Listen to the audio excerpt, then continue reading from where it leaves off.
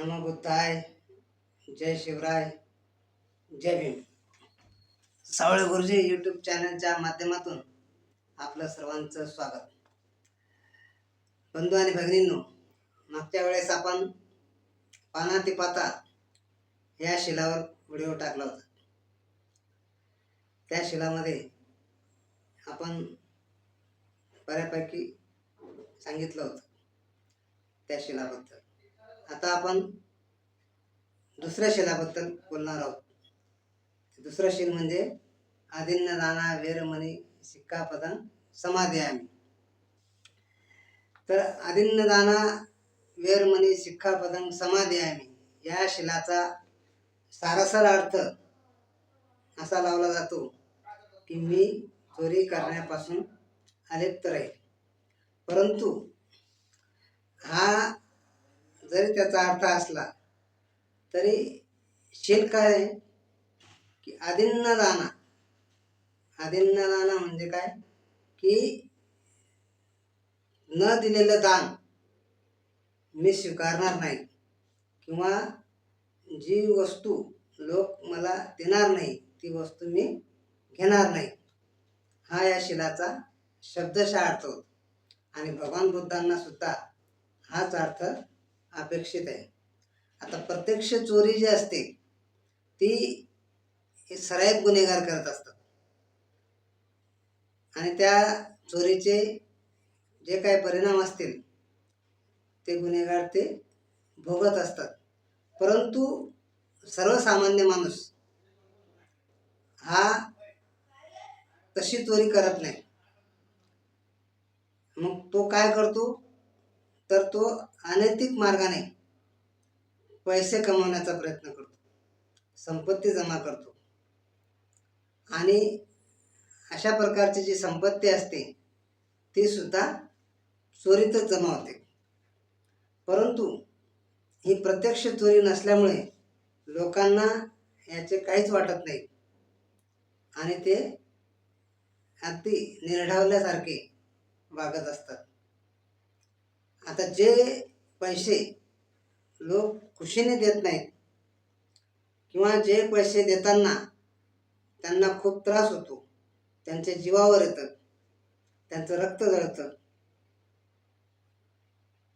तसे जे पैसे असतात ते चोरीपेक्षा काही कमी नाही. उदाहरणार्थ आपण अनेक घेऊ शकतो. एखाद्या मजुराची 1000 रुपये मजुरी असेल आणि तो आपल्याला 1500 रुपये मागत असेल, तर 1000 रुपयाचं आपण त्याला प्रेमाने देतो, परंतु 500 रुपये देताना मात्र आपल्या जीवावर येतं. म्हणजे असे जे पैसे असतात जीवावर येणारे, ते पैसे चोरीतच जमा होतात. आणि खरा आदिन्न दानाचा जो अर्थ आहे तो हाच आहे की जे लोक तुम्हाला खुशीने देत नाहीत, परंतु आपण त्यांना मजबूर करतो आणि मग ते पैसे अशाच चोरीमध्ये जमा होतात. आणि भगवान बुद्धांना सुद्धा हाच अर्थ अपेक्षित होता. आता एखाद्या सरकारी कार्यालयात जर तुम्ही गेले, आता बघा जिकडे तिकडे कुठल्याही कार्यालयात जा, सगळीकडे एजंट लोक काम करतात. एजंटला जर आपण काम दिलं तर आपलं काम लवकर होतं आणि सोयीस्कर होतं आपल्याला. परंतु तेच काम जर आपण स्वतः करायला गेलं तर तिथले जे अधिकारी वर्ग असतो तो अधिकारी वर्ग आपल्याला हा कागद आणा, तो कागद आणा, असं करा, तसं करा, आणि अनेक प्रकारचा त्रास देतात. अनेक प्रकारची पायपीट आपल्याला करायला लावतात आणि शेवटी आपलं काम करतच नाहीत. ज्यावेळेस एखादी मनुष्य मध्यस्थी करून आपण त्या अधिकाऱ्याला काही लाच देतो, त्यावेळेस मात्र आपलं काम होतं. आणि ज्यावेळेस आपण ही लाच देत असतो त्यावेळेस ती देताना आपल्या मनामध्ये अनेक प्रकारच्या वाईट भावना त्यांच्याविषयी निर्माण होतात. आपण त्यांना शिव्याशाप देतो, प्रेमाने आपण त्यांना लाच देत नसतो. तर आणि याचप्रमाणे दुसरा प्रकार कुठला आहे की पूर्वीपासून सावकारी पद्धत चालत आलेली आहे. ह्या सावकार लोकांनी गरीब लोकांना आवाच्या सवा, गरीब लोकांना मजबुरी असते, काही त्रास असतो, तिथे थोडेफार पैसे व्याजाने घेतात, परंतु हे सावकार आवाच्या सवा व्याज वसूल करून ह्या लोकांचं आयुष्यच उद्ध्वस्त करून टाकतात. कितीही पैसे दिले तरी सावकाराचं मन भरत नाही. तो ते पैसे म्हणजे व्याज घेत राहतो आणि मुद्दल तशी तशी बाकी ठेवतो. आणि ज्या वेळेस मुद्दल आपण द्यायला गेलो तर तो म्हणतो तुझं इतकं बाकी आहे, तितकं बाकी आहे. मग असं करत करत तो अनेक पैसे वाढवून ठेवतो. एकदा आता ताजी गोष्ट आहे, विदर्भातल्या एका शेतकऱ्याला एका सावकारामुळे आपली किडनी सुद्धा विकावी लागली. ज्यावेळेस हे प्रकरण जनतेसमोर आलं त्यावेळेस त्या सावकाराला तिकडे अटक करण्यात आली. म्हणजे इतका त्रास हे लोक देत असतात. यानंतर सावकारी करणं हा तर कायद्याने आता गुन्हाच आहे, पण तरी सुद्धा चोरून लपून हे लोक असे उद्योग करत असतात. दुसऱ्याची घरं अडकणे, दुसऱ्याच्या जमिनी अडकणे, कुणाला कामावर ठेवलं तर त्याचा पगार न देणे, असे प्रकार सर्रास लोक करत असतात. आणि याचं कुठलंही भय त्यांच्या मनामध्ये नसतं, अजिबात भेट नाहीत त्या अशा गोष्टीला. कारण त्यांना कसं वाटतं हे व्यवहार आहे, व्यवहार सराईतपणे चालू असतं त्यांचंही.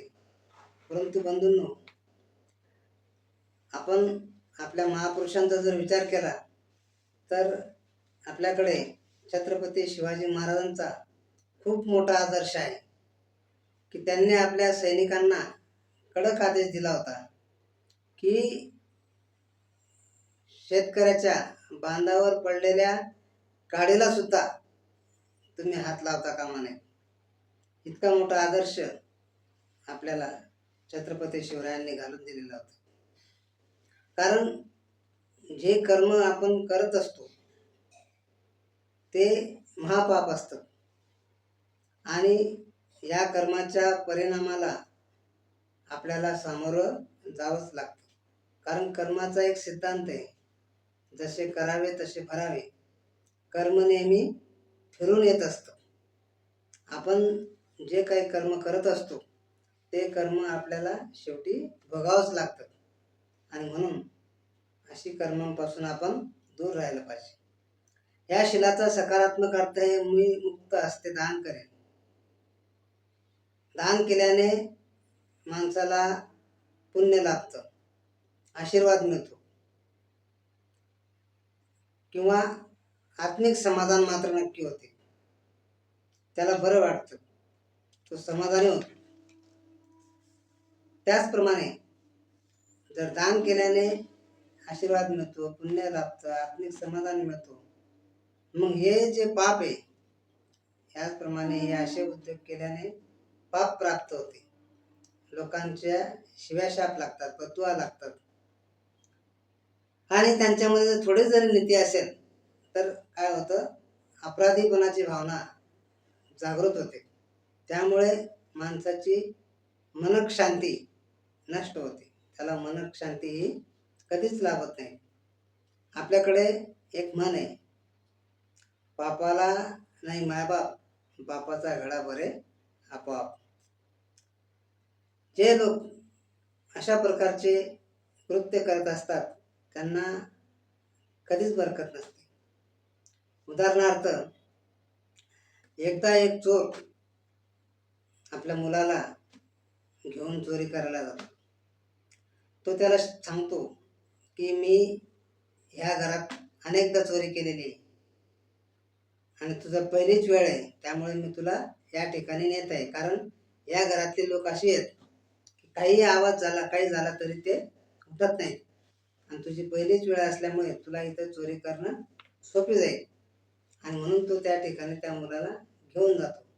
परंतु तो मुलगा त्याला म्हणतो की तुम्ही या ठिकाणी अनेकदा चोरी केली आणि अनेकदा चोरी करून सुद्धा तुम्ही चोरच राहिले, तुमची कुठलीही प्रगती झाली नाही.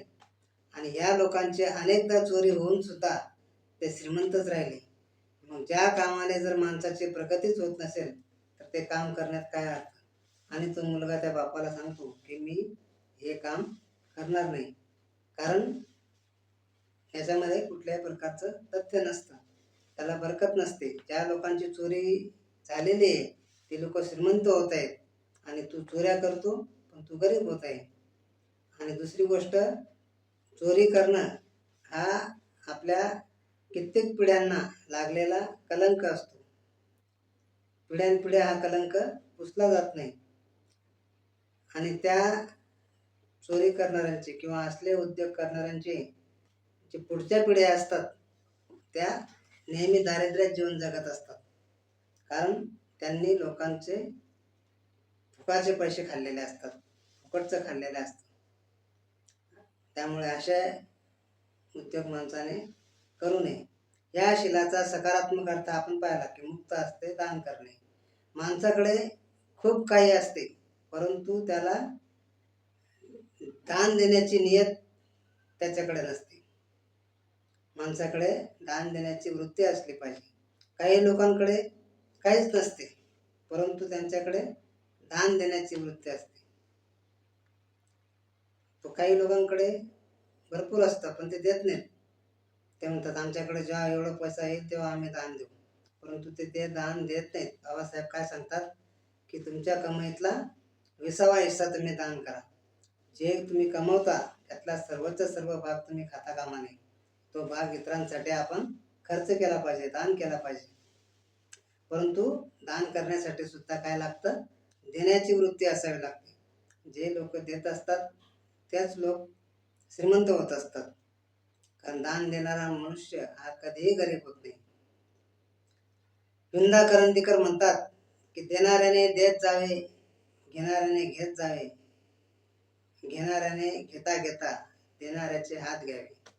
या ओळींचा अर्थ हाच होतो की घेणाऱ्याने घेत जावे आणि देणाऱ्याने देत जावे, परंतु घेणाऱ्याने एक दिवस घेता घेता देणाऱ्याचे हात घ्यावे, म्हणजे त्याच्यामध्ये सुद्धा ती वृत्ती त्याने धारण करावी देण्याची, की तो सुद्धा कुणाला काहीतरी देऊ शकला पाहिजे, म्हणजे त्याने सुद्धा दानशूर बनलं पाहिजे, असं या ओळीचा अर्थ आहे. आणि हे जर आपण केलं, दान देण्याची वृत्ती जर आपण धारण केली तरच आपल्यामधला लोभ हा कमी होत असतो, कारण लोभच माणसाकडून ही सर्व पापे करून घेत असतो. आणि म्हणून आपण या लोभापासून आपल्याला मुक्त व्हायचं असेल तर आपण दान द्यायला शिकलं पाहिजे. कुणाचंही आपण फुकटचं खाता कामा नये.